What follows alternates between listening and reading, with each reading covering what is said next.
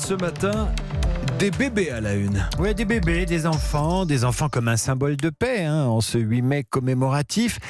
L'enfant est à la une ce matin de 2 hebdos dont les couvertures se font coucou, guili guili, gazou gazou. C'est un garçon, peut-on lire à la une de Paris Match, qui célèbre la naissance lundi à 6h26 de celui dont on ignore encore le prénom à l'heure où je vous parle, mais on vous le dira sur Europe 1 évidemment.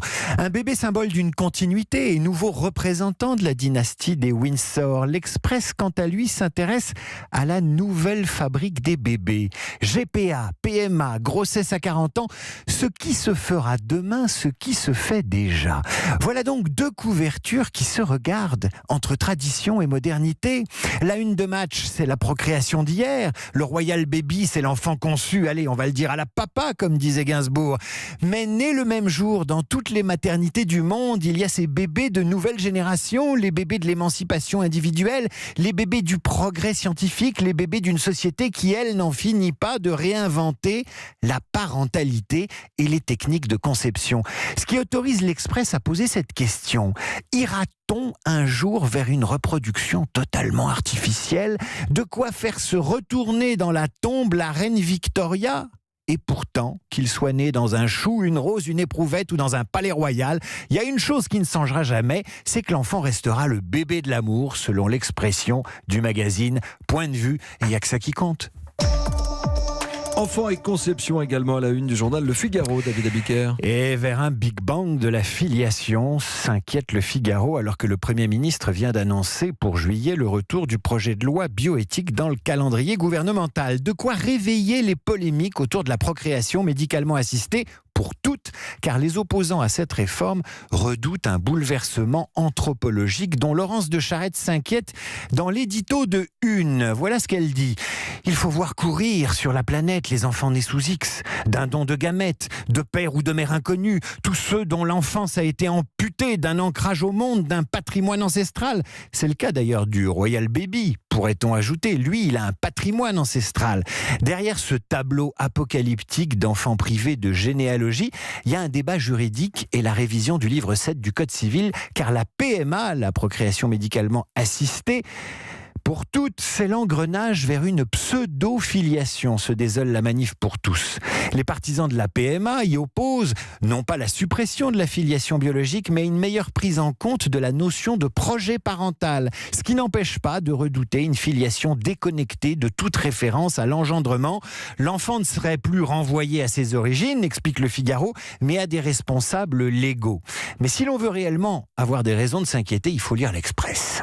Ce matin. L'Express qui s'intéresse à la procréation du futur. Tout y passe, gamètes de synthèse, enfants à 3 parents, ovaires ou embryons artificiels. Les dernières avancées scientifiques pourraient bien bouleverser la reproduction humaine et font passer Frankenstein pour un épisode gentillet de Martine à la maternité. Et cette question, jusqu'où sommes-nous prêts à aller pour offrir à ceux qui le souhaitent le bonheur d'être parents? Très loin, si on en croit les progrès scientifiques. Greffe d'utérus, sperme fabriqué à partir de la peau, fabrication d'ovocytes à partir de cellules sanguines. Certains redoutent déjà l'eugénisme ou la production d'embryons à la demande. Mais la demande la plus urgente, c'est celle d'un encadrement éthique. Et pour ça, il y a le politique attendu au tournant en juillet. Le politique, on va le retrouver en une de France Dimanche, qui fait tout cette semaine pour nous faire croire que François Hollande et Julie Gaillet attendent un heureux événement. C'est tout l'art tabloïd de la demi-vérité que de faire passer un futur papy pour un jeune père. Avancez dans la lecture et l'on vous explique finalement que François Hollande sera bientôt grand-père, ou comment faire croire à un Hollande Baby. Futur grand-père, l'ex-président pourra archiver cet article du Parisien aujourd'hui en France intitulé « Dur d'être un pépé ». La France compte plus de 6 millions de grands-pères qui le deviennent à 56 ans en moyenne. Mais si autrefois, comme Victor Hugo, on cultivait, tel le patriarche, l'art d'être grand-père, aujourd'hui, papy travaille, il pense à sa retraite et parfois il manifeste avec les gilets jaunes. Devenir grand-père, dit le sociologue François de Singly, c'est oublier le père qu'on a été, c'est renoncer à l'autorité ou l'interventionnisme. Devenir pépé, avis à François Hollande, c'est rester à sa place, lâcher prise et profiter à condition de se choisir un surnom. Papy, Papou ou Pépé, à vous de réfléchir à ce nouveau pseudo, conseille le journaliste François Durand, auteur de Grand-père débutant. Alors comment finir une revue de presse sans citer le magazine Parents à la une du numéro de juin consacré à l'extraordinaire cerveau des bébés, également un dossier conseil qui interpellera ceux qui pensent que les médias ne parlent que de ce qui va mal. Bien. Tu vas avoir un petit frère.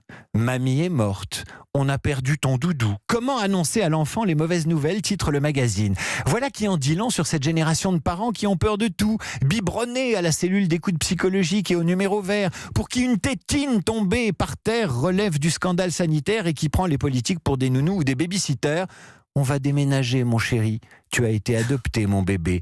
Parents vous aident à gérer les informations anxiogènes pour ce public particulier que sont les moins de 7 ans. C'est souvent utile, mais attention à ne pas fabriquer les héritiers de la génération BBFM TV. David Abiker, en grande forme ce matin pour la revue de presse sur Europe 1.